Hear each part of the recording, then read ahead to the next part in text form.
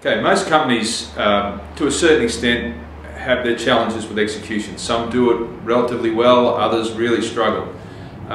What I want to share with you today is just a couple of key things that we've learnt from watching our clients work over the last 8 or 9 years. And you know, it's been across a fairly diverse range of industries in different countries, and not just watching senior management teams work, but also working at the front line.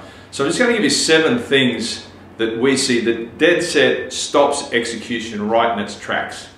And you really have to try and avoid these as much as you can.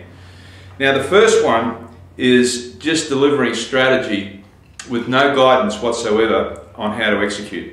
If you just throw up an objective and say this is what we want to try and do without being very, very clear about what you want your people to focus on and specifically who is responsible for what, then the chances of getting a successful outcome diminish fairly rapidly. So you have to think through being able to explain to the people who are going to execute this strategy exactly how they're going to go about doing that and who is responsible for what. The second one is introducing systems and processes without taking any away. Unfortunately, particularly in large organisations, systems and processes are constantly being updated and introduced. Now, often we find that this is done without actually removing things.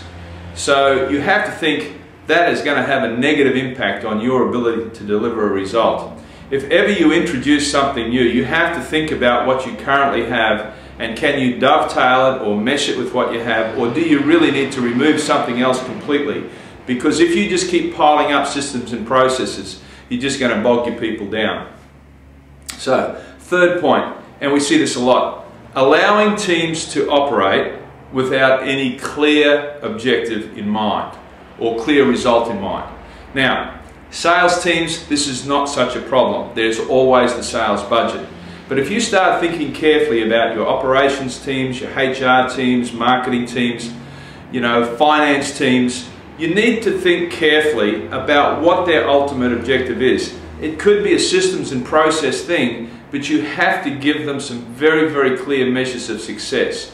If you don't do that, you end up with a fairly grey sort of environment in which they operate, and it's very difficult for them to focus their efforts. Fourth point, and this is really, you know, tying people up with unnecessary procedures or meetings.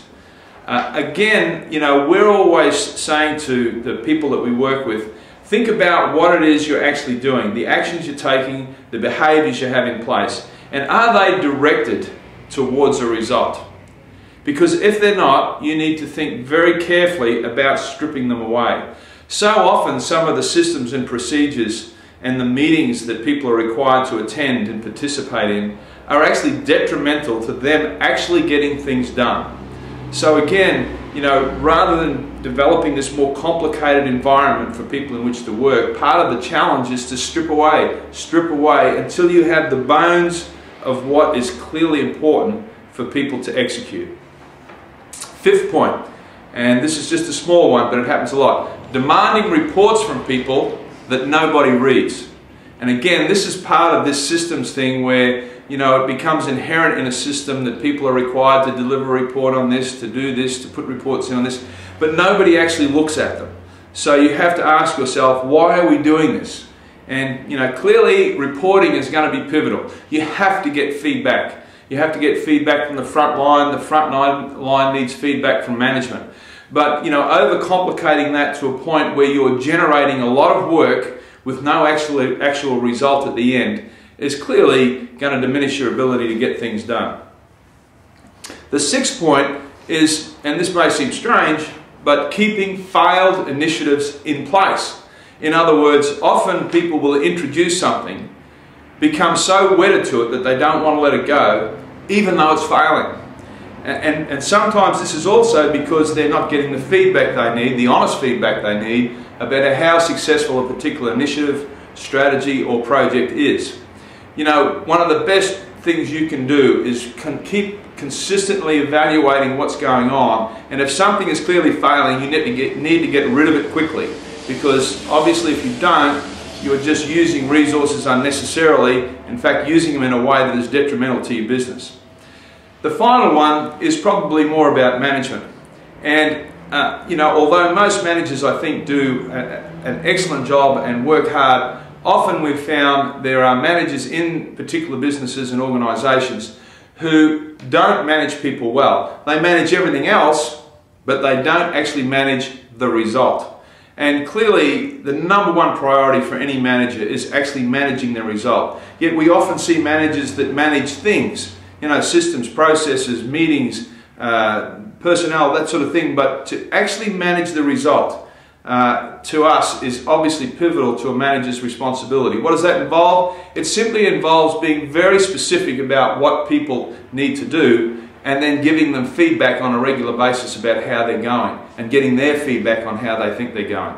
So, in summary, what does all this mean? It really comes down to trying to strip away things as much as you can, trying to keep the environment black and white and clear for everybody in the organisation, and trying not to be grey in anything you do, and then making sure everyone has some degree of accountability.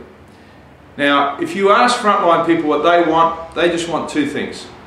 They want to know specifically what they're required to do, and they'd like to get some feedback on how they're going. If you can do those two things, you've pretty much solved most of this if you can strip away some of the unnecessary things that are going to stop execution in its tracks.